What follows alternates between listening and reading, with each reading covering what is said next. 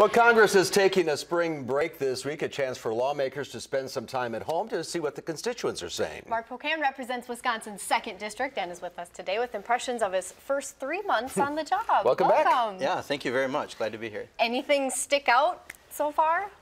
You know, Washington is a dysfunctional place. I don't think it's a shock to anyone, but it just means there's, all the more challenges and ways to figure out how to get something done, which we've been doing pretty much every week we've been there. But there's certainly a level of dysfunction that is everything you would expect and then some.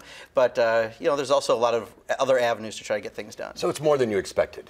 Yeah, the partisanship. My first 2 weeks of training, they took all the Democrat and Republican freshmen, 81 of us, and kept separating the Democrats and Republicans for all but one dinner and one reception in 2 weeks. So they teach you bad behavior from day one. So you really have to go out of your way to try to meet people on the other side of the aisle. And we've been doing that. We've been having dinner with the Wisconsin delegation, the Republicans on the other side of the aisle, and things like that. But it's a little more work to get it done. But we're going to keep working on that. And on a lighter note, the tie. I know, thanks. You have to wear a tie now. Yeah, for 12 of my 14 years in the legislature, I didn't, and now they've changed the rules since I've left. You have to vote on the floor, you have to have a tie, so I'm accepting the tie. Do you think this budget impasse can be taken care of? Do you think, can these parties talk to each other and work this out? Yeah, we just passed a continuing resolution, and that's all that we've been doing year after year are these little short punts. But we don't really sit down with two budgets and, like we did in Wisconsin, actually hash out our differences. In Wisconsin, I spent 8 hours a day, 3 days a week for 4 months hashing out a budget, and every line meant something. They just don't do that in Washington. So whether it's the sequester, whether it's the debt ceiling fights, or the continuing resolutions, Washington just has a tendency to not really think big, and think globally. And I think that's part of, with 81 freshmen, 20% of Congress, that's part of our advantage. We're not part of those past problems. So we're hoping that we can find ways to try to get around that and have things operate a little differently. I think you can't not talk about the same-sex argument that's going on right now. You're openly gay, Congressman. How is this fight? What does it mean for you personally? Yeah, well, I think the fact that it's historic, that the Supreme Court's actually taking this up today and tomorrow, and I think the real importance is that we're finally recognizing that any two people who love each other and want to make a commitment to each other, we should do that, and it's happening in more and more states across the country.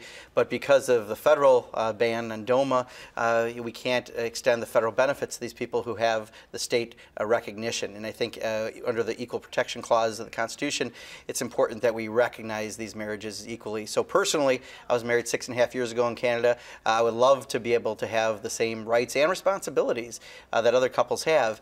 And I think that this debate this week is really bringing it to the national forefront. Not special rights, the same rights. Same rights. We are as boring as any of our neighbors as far as, we all take out garbage the same day, everything else.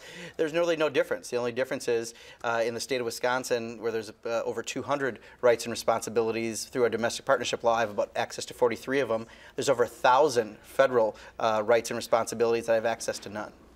There have been several Republicans who have changed their stance on this lately. Thoughts on that? Yeah, I think it's huge. When you saw Senator Rob Portman last week say he supports gay marriage, you got to remember he was one of the 3 finalists to be the vice president on the Republican ticket. That's big. And just since then, Senator Claire McCaskill, Senator Mark Warren, and the senator from Alaska have all come out and said they support marriage equality. This is just in a few days. So you are seeing this exponential growth. But the real important part is the last public opinion poll. 58% of the people in the country support marriage equality, and of 18 to 29-year-olds, 81%. This is an issue that, especially on the youth end, people really are in strong support. And I think the public in general is ahead of elected leadership on this. So we're not the leaders on this issue. The public is the leaders. 5 or 10 years from now, we're going to go, what was that all about, right? Oh, it'll be interesting to look back. Just like in the other fights that we've had for civil rights in the country, it's going to be very similar. Mark, thank you. Keep up the good work.